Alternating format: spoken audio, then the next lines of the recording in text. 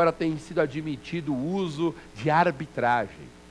Uma super novidade para o direito brasileiro, o uso de arbitragem em contratos administrativos. Agora isso está previsto na lei das parcerias público-privadas. Então a solução de conflitos relacionados com o contrato pode ser entregue a um julgador particular. Outra coisa importante, para a gestão da parceria, para a administração dessa parceria, deve ser criada uma sociedade de propósito específico. Sociedade de propósito específico é uma pessoa jurídica criada com o objetivo exclusivo de gerir, de administrar este acordo entre o Estado e o particular. Diz a lei das PPPs que essa sociedade de propósito específico nunca pode ter a maioria do capital nas mãos do Estado. Sempre a maioria do capital tem que estar nas mãos da iniciativa privada. E sabe por quê? Porque se o Estado adquire a maioria do capital votante, a maioria do capital que autoriza a participação na formação da vontade da empresa, essa sociedade de propósito específico viraria sociedade de economia mista. Lembra que a sociedade de economia mista tem maioria de capital votante nas mãos do Estado? Pois é. A lei não quer que essa sociedade de propósito específico vire uma sociedade de economia mista. Por isso há essa regra muito interessante, no sentido de que a maioria do capital tem que estar na mão da iniciativa privada. Sensacional a primeira pergunta, hein? Tá vendo? Ó, são essas perguntas que você pode mandar. E aí, no próximo programa, a gente tem a oportunidade de responder a sua dúvida. Mande para provafinal@lfg.com.br. Vamos para a próxima. Vamos lá. Na tela para o Mazinho. Professor Maza, quais as diferenças entre concessão, permissão e autorização? Essa você já sabe responder. Questão difícil, questão que sempre despertou muita polêmica na doutrina, mas que foi tratada aqui no primeiro bloco da nossa aula de hoje. Vamos relembrar? Eu quero falar, gente, para organizar o assunto, falar primeiro das diferenças entre concessão e permissão. Vamos tratar agora, paralelamente, da comparação dessas duas figuras, concessão e permissão. A concessão é bilateral. A permissão é unilateral. Além de unilateral, a permissão é um ato discricionário e precário. A concessão só beneficia pessoas jurídicas. Permissão favorece tanto pessoas físicas como pessoas jurídicas.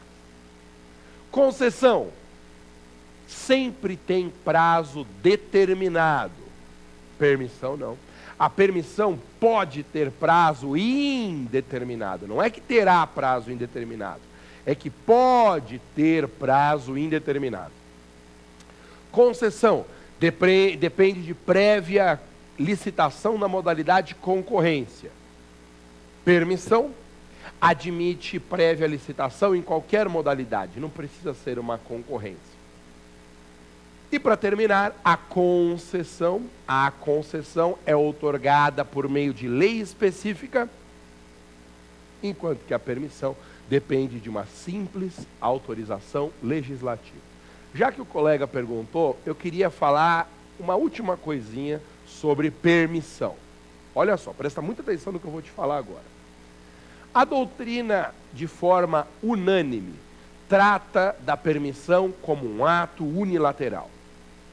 Mas a Lei 8987, a Lei das Concessões e Permissões, cometeu um erro de falar da permissão como um contrato.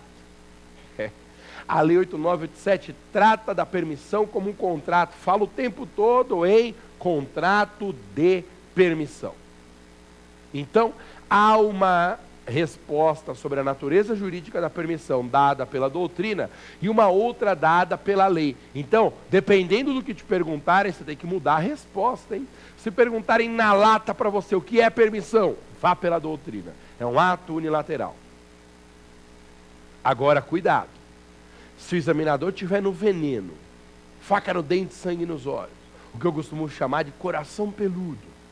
Se o examinador tiver com coração peludo, ele pode te perguntar assim, ó o detalhe.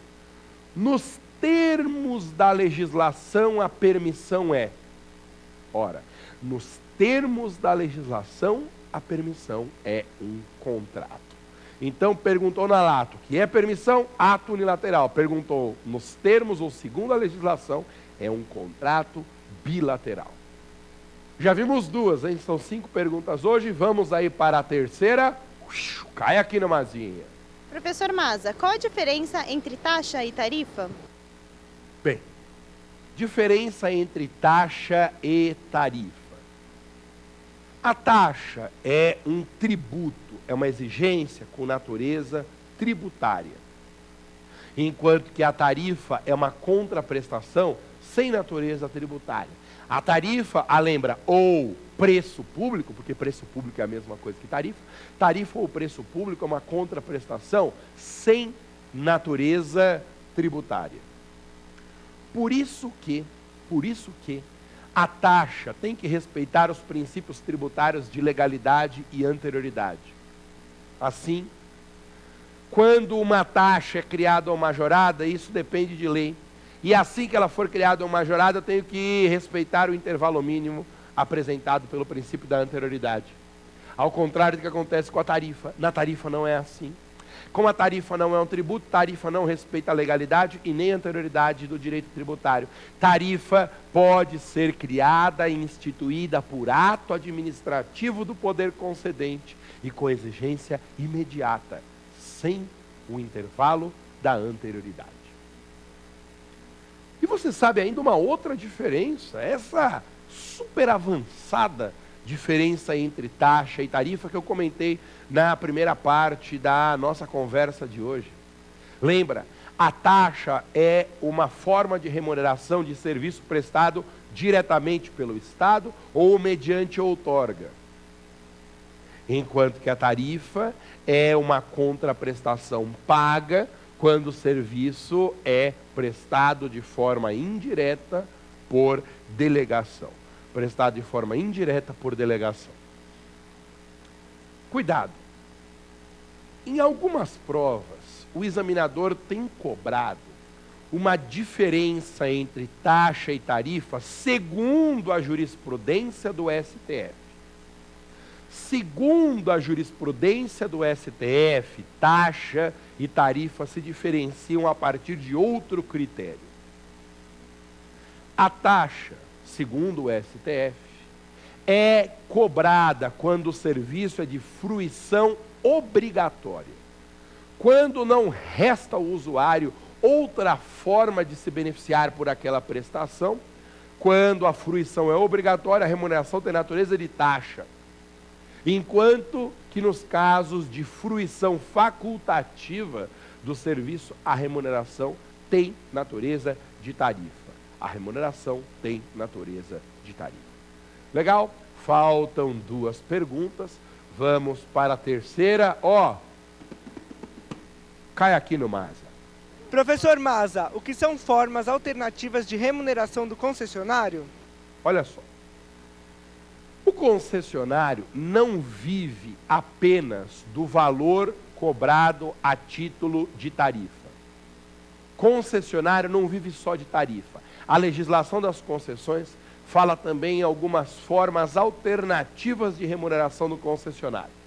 Essas formas alternativas são um mecanismo de redução do valor da tarifa. Lembra que o serviço público é regido por diversos princípios, entre eles o princípio da modicidade das tarifas. O valor cobrado do usuário tem que ser o valor mais baixo possível para estender o serviço a maior quantidade de pessoas. O serviço público prevê algumas formas alternativas de remuneração do concessionário. Por exemplo, no caso da concessão de uma rodovia, que é um exemplo clássico de concessão de serviço público. O que são formas alternativas de remuneração? A exploração de outdoors, de espaços publicitários ao longo da via. Essa exploração, com dinheiro revertido para a concessionária, é uma forma alternativa de remuneração. o aluguel de pontos comerciais ao lado da